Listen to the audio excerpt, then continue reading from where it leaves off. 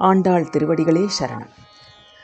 கீச்சு கீச்சு என்று எங்கும் ஆனை சாத்தன் கலந்து பேசின பேச்சரவும் கேட்டிலையோ பேய்ப்பெண்ணே, காசும் பிறப்பும் கலகலப்ப கைபேர்த்து வாச நறுங்குழல் ஆய்ச்சியர் மத்தினால் ஓசைப்படுத்த தைரரவம் கேட்டிலையோ நாயக பெண் பிள்ளாய் நாராயணன் மூர்த்தி கேசவனை பாடவும் நீ கேட்டே கிடத்தியோ தேசமுடையாய் திரவேலோர் எம்பாவாய். ஆண்டாள் திருவடிகளே சரணம். திருப்பாவை பாசுரம் 7. இந்த பாசுரத்தில் ஆண்டாள் நமக்கு காண்பித்துக் கொடுக்கும் விதிமுறை என்ன? இந்த பாசுரத்தில் ஒரு விஷயத்தை ஆண்டாள் திரும்ப திரும்ப சொல்கிறாள். 3 முறை சொல்கிறாள். ஆனை சாத்தன் கலந்து பேசின பேச்சரவும் கேட்டிலையோ என்று சொல்கிறாள். காசும் பிறப்பும் கலகலப்ப கைபேர்த்து வாசனருங்குழல் ஆய்ச்சியர் மத்தினால் ஓசைப்படுத்த தைரரவம் கேட்டிலையோ என்று திரும்பவும் கேட்டிலையோ என்று மற்றும் ஒரு முறை கூறுகிறாள். கேசவனை பாடவும் நீ கேட்டே கிடத்தியோ என்று மீண்டும் ஒரு முறை கேட்பதின் முக்கியத்துவத்தை இங்கு நமக்கு அறிவுறுத்துகிறாள். கேட்டிலையோ கேட்டிலையோ கேட்டே கிடத்தியோ என்று 3 முறை அவள் இந்த ஒரு விஷயத்தை தான் நமக்கு காண்பித்துக் கொடுக்கிறாள். கேட்பது கேட்பது என்பது இந்த இடத்தில் கவனிப்பது என்று நாம் பொருள் கொள்ள வேண்டும். இங்கு மூன்று விதமான விஷயங்களை அவள் சொல்கிறாள். முதல் விஷயம், ஆனை சாத்தன் கலந்து பேசின பேச்சரவும் கேட்டலையோ என்கிறாள். இது பொதுவான ஒரு விஷயம். பொழுது விடிந்து விட்டது.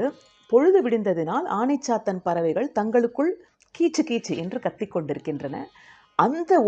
அந்த ஓசை உனக்கு கேட்கவில்லையா என்று கேட்கிறாள். இது பொதுவான ஒரு விஷயம். பொழுது விடிந்து விட்டது என்ற பொதுவான விஷயத்தை அறிவிக்கக்கூடிய ஓசைகள் உன் காதில் விழவில்லையா என்று முதல் விஷயம் சொல்கிறாள். இரண்டாவது விஷயம், கலகலப்ப கைபேர்த்து வாசனருங்குழல் ஆய்ச்சியர் மத்தினால் ஓசைப்படுத்த தைரரவம் கேட்டலையோ என்கிறாள்.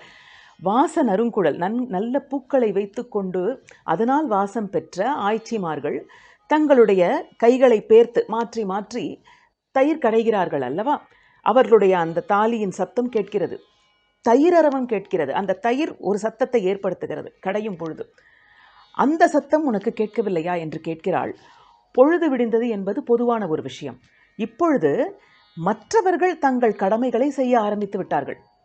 வேறு ஒருவர் தன்னுடைய கடமையை செய்ய தொடங்கிவிட்டார் என்னும் பொழுது அந்த ஒலி உனக்கு கேட்கவில்லையா என்று இரண்டாவது இன்னும் குறுகலாக்கி, மற்றொருவர் தனது கடமையை செய்துவிட்டார், உன் கடமையை நீ செய்ய வேண்டும், அந்த கடமையை செய்யும் ஓசை, அந்த ஒலி உன் காதில் விழவில்லையா என்று கேட்கிறாள்.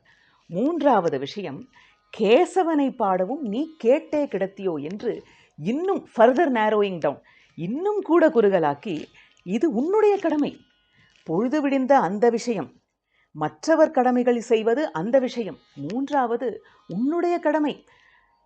நீங்கள் எல்லோரும் என் வீட்டிற்கு வாருங்கள், நானும் சேர்ந்து வருகிறேன், நாம் எல்லோரும் சேர்ந்து நாம சங்கீர்த்தனம் செய்யலாம் என்று நீதானே கூறினாய். இப்பொழுது நாங்கள் கேசவனை பாடுகிறோம், உன்னுடைய கடமையை உனக்கு நினைவுபடுத்துகிறோம்.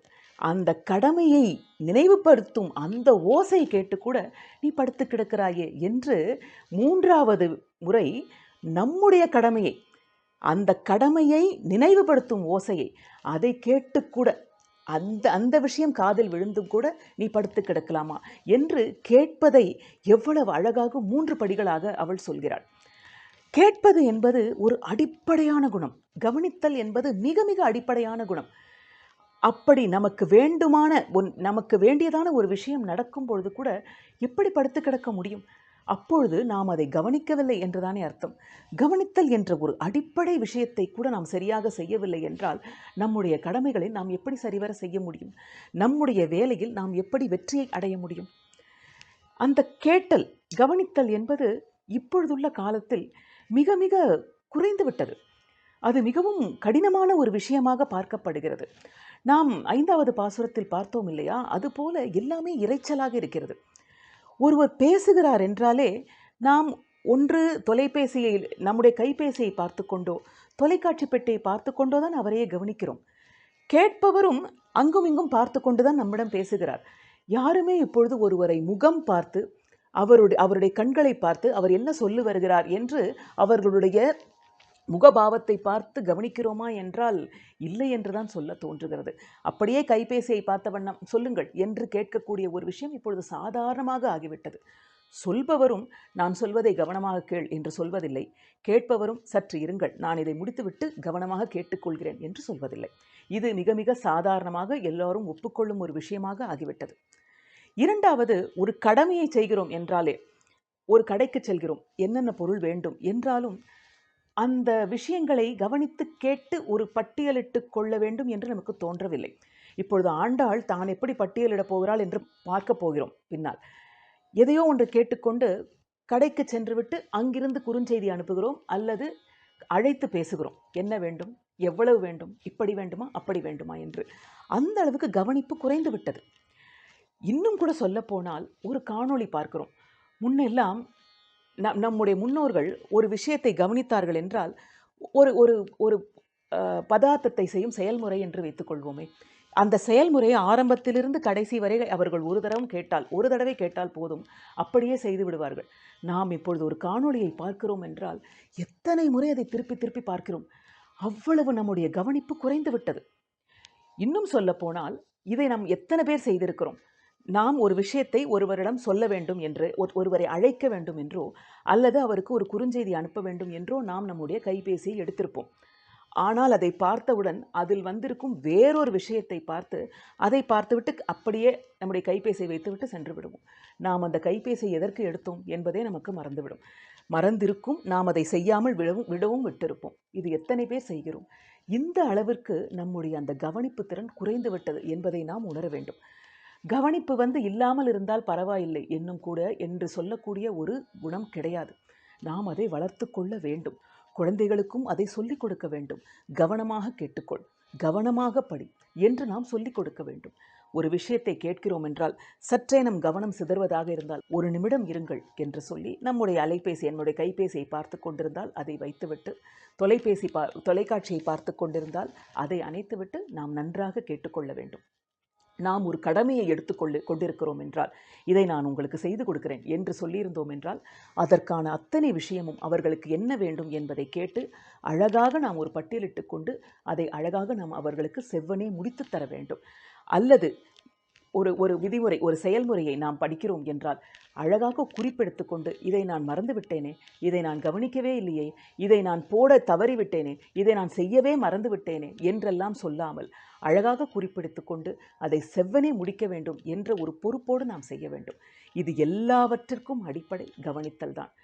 கவனிக்கவே இல்லை என்றால், கேட்கவே இல்லை என்றால் நமக்கு அங்கு ஒரு ஆர்வமே இல்லை என்றுதான் அர்த்தம். ஆர்வம் இல்லாததால் தான் நாம் கவனிக்கவில்லை என்றுதான் அர்த்தம். ஆர்வம் இருந்தால் அலார சத்தமும் கேட்கும், ஆர்வம் இருந்தால் அறிவுரைகளும் கேட்கும்.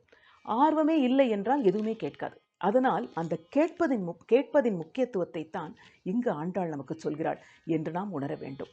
நமக்கு எது கடமையோ பொதுவான விஷயங்களிலும் நமக்கு கவனம் இருக்க வேண்டும்.